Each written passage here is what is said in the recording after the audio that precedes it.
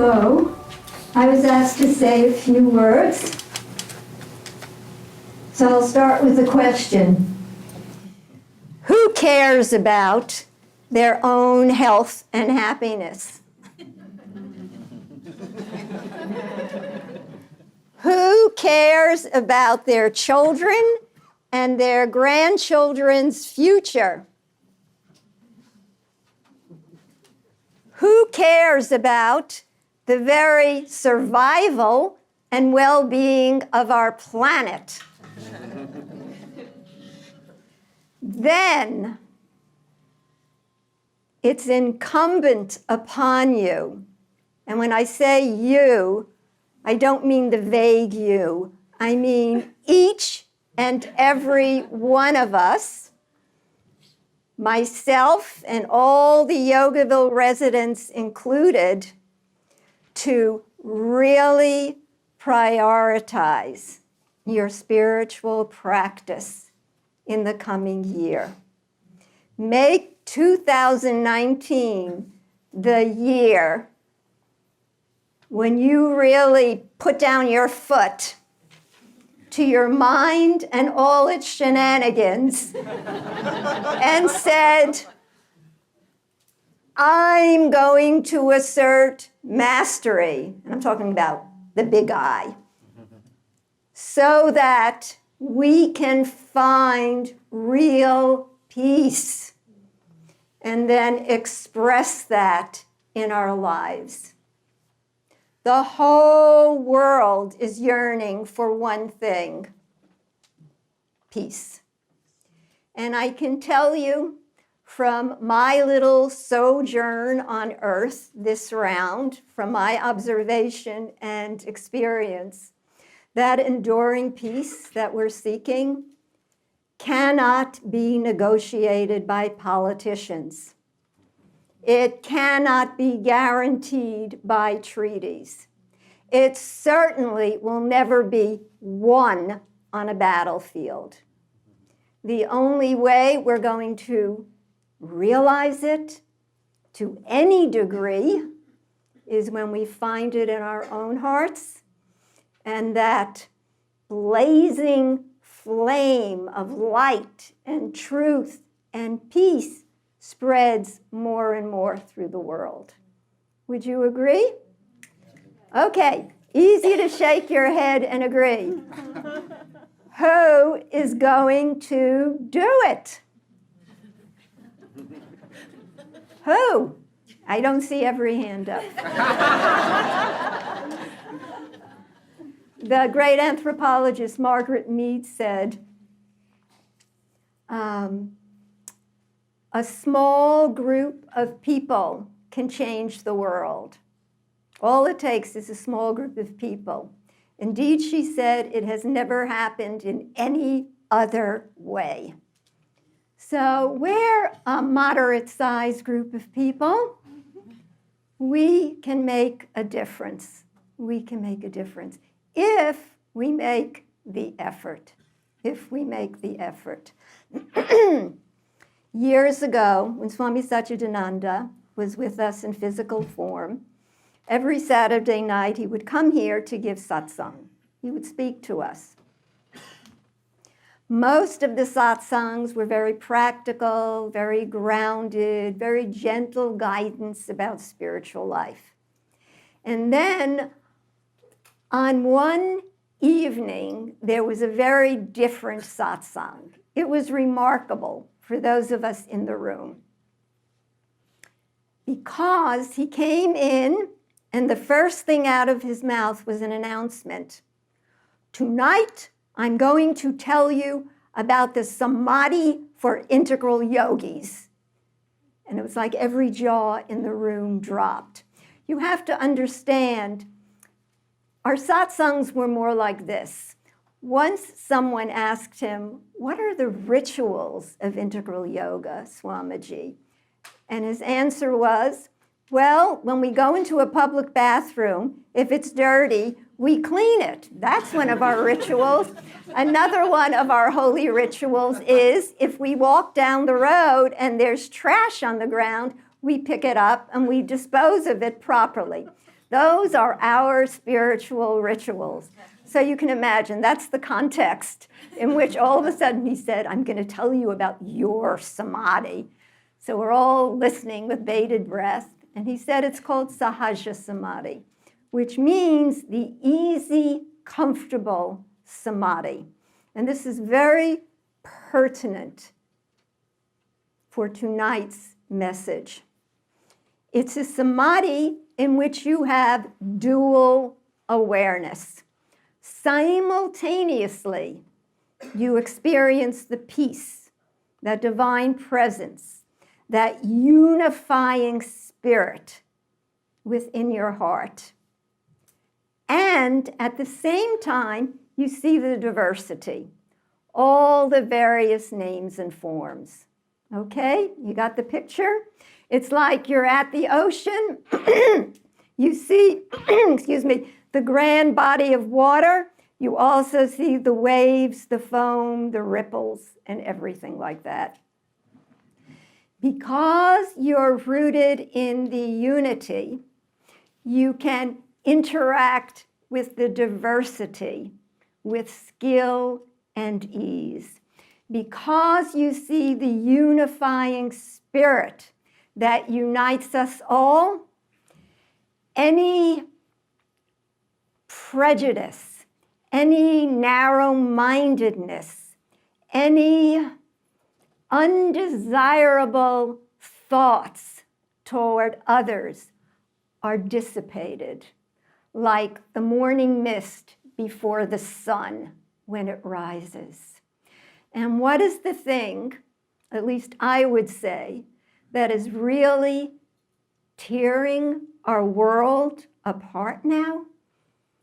For some reason, we've become very afraid as a society, as a world culture of differences,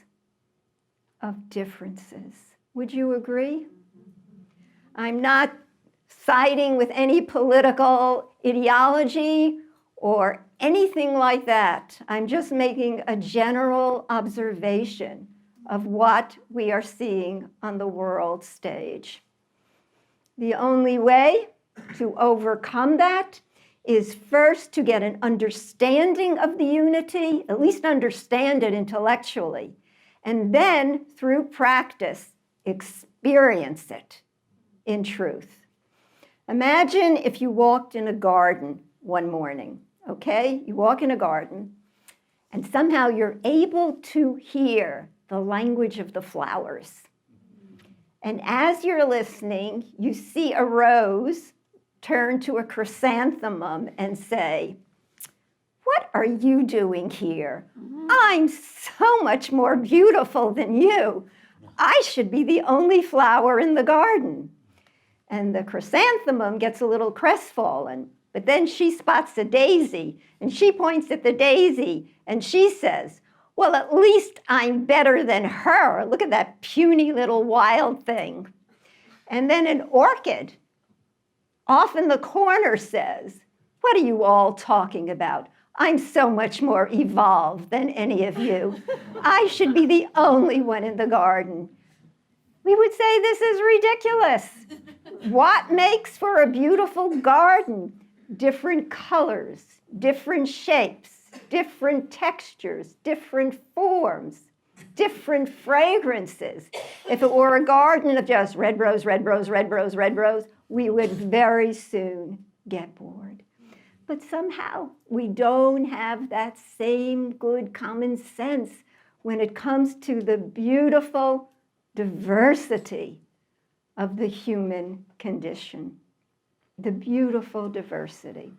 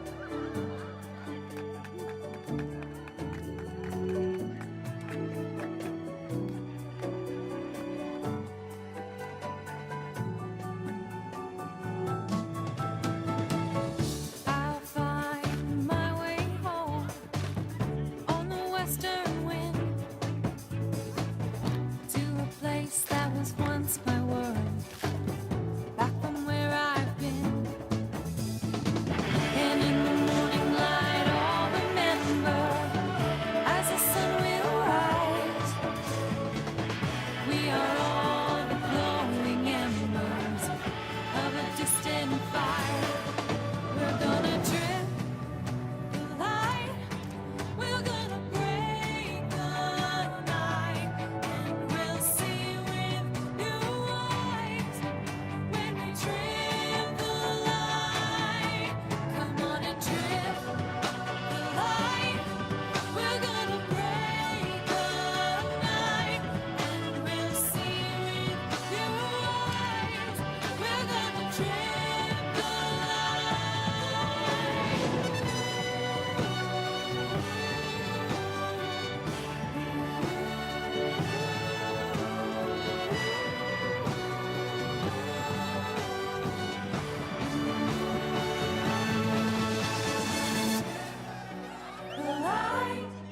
We're gonna break the night, and we'll see with new eyes when we trip the light. We're gonna trip the light. We're gonna break the night, and we'll see with new eyes. We're gonna trip the light.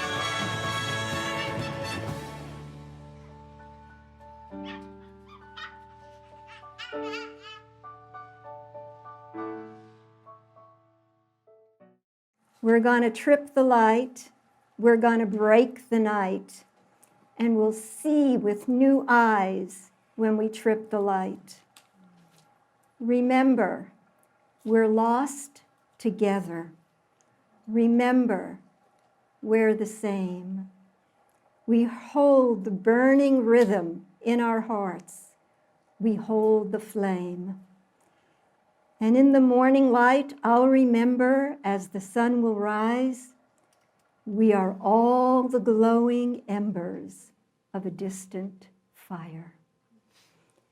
What I like so much about that little clip is that depicted among the places are countries that in subtle and not so subtle ways were taught to fear or distrust. And when you look at the people, you see the same light, the same playfulness shining through everyone's heart, through their eyes, reverberating through their hearts, and dancing through their little feet. It's the same light. Swami Satchidananda once said, if they made me in charge of the world for one day, I would know how to bring peace everywhere. He said, I'd get 2 big boats. On one, I would place all the political leaders in the world. On the other boat, I would place all the religious leaders in the world. I'd send them both far out into sea, and then all the regular people could be happy.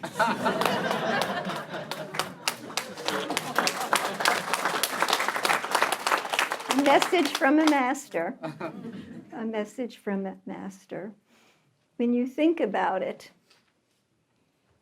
because I think about these things, this earth is a tiny speck in the vastness of the galaxy. It's our common home. It's spinning at terrific speed through space. Do you know it rotates on its axis 1,000 miles per hour?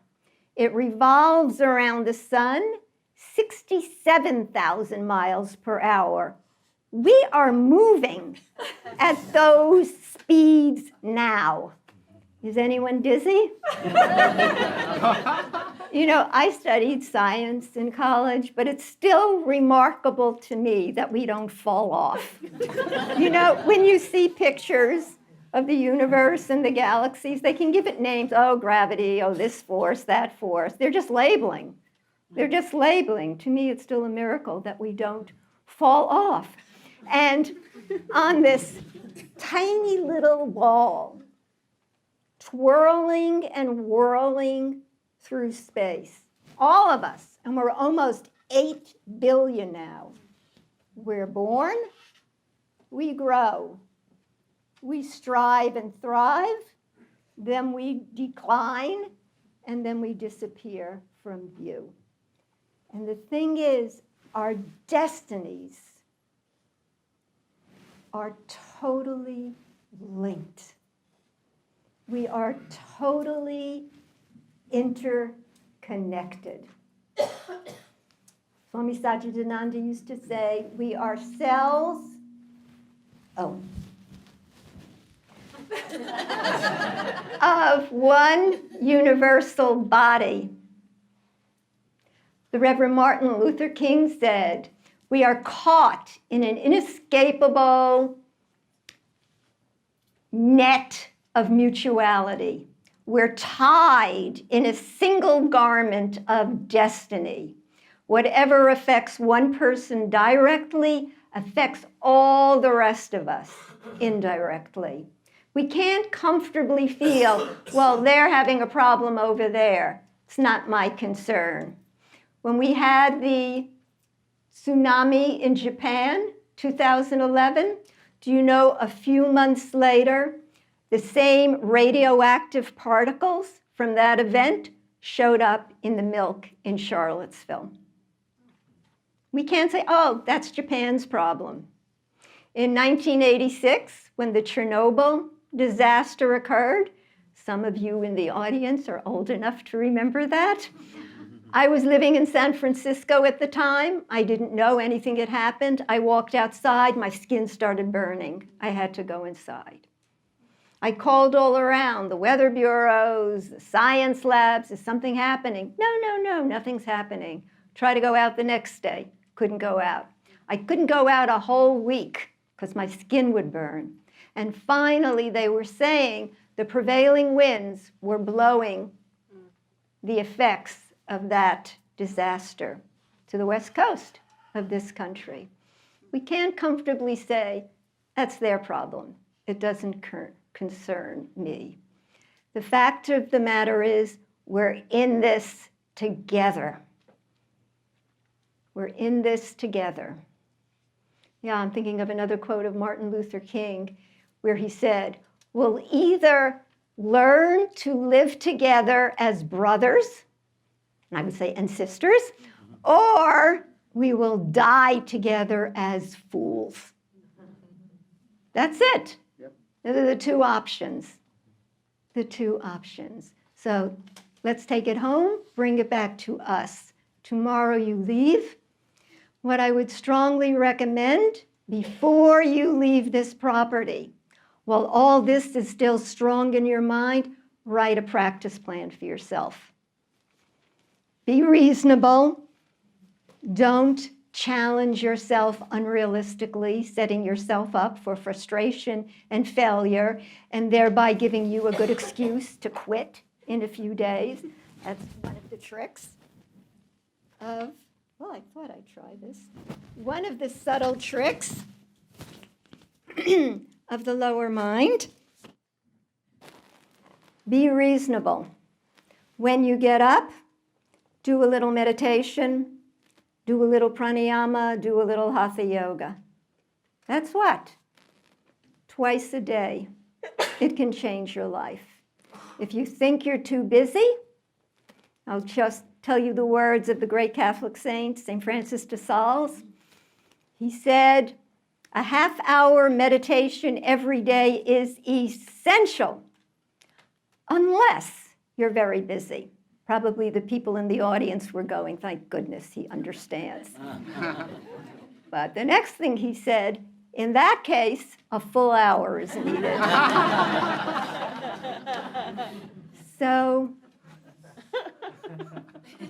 I don't want to insult anyone in the room, but I'm here to tell you that no matter how important your role on this earthly plane may seem at the moment, none of us is that important that we can't find a few precious minutes a day, literally, to save our souls, to find that peace, and to help bring that peace into the world. So have formal sittings preferably twice a day, but don't leave it on the cushion. Even if you meditated for 2 full hours a day, if you left it on the cushion, how many hours are there in a day?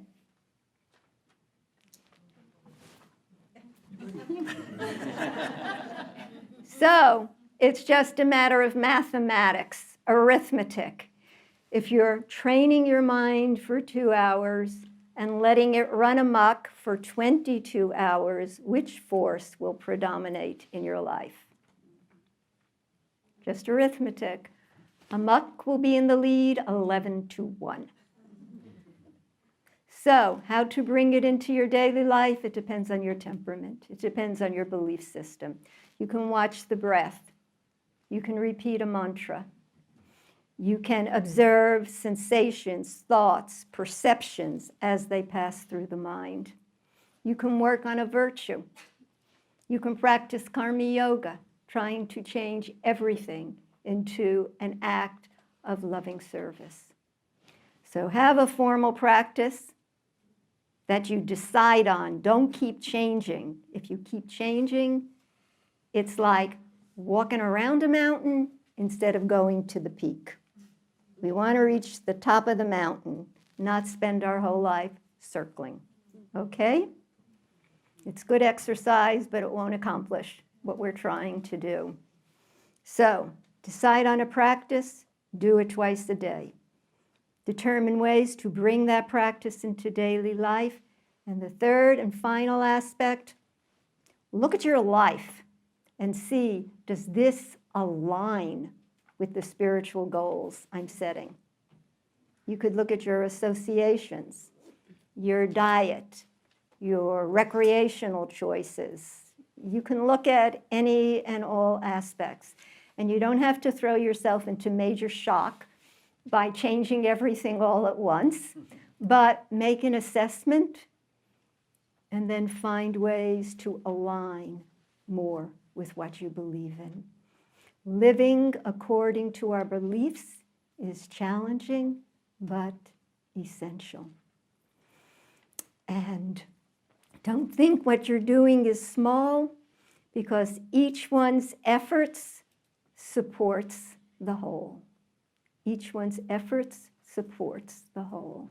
And don't think, well, I'm away in a little corner somewhere. What can I discover? What can I accomplish? I think of a great Buddhist master who once said, if you can't find the truth right where you are, where else do you expect to find it? So they say, charity begins at home, everything begins at home. So make your home a living sanctuary, make your life a beautiful offering on the altar of this universe, and may we all join together in prayer for the health, the happiness, the peace, the harmony, and the upliftment of all humanity, so we can use all the resources that we've been blessed with on this beautiful planet for the benefit of one and all. Thank you, and Happy New Year.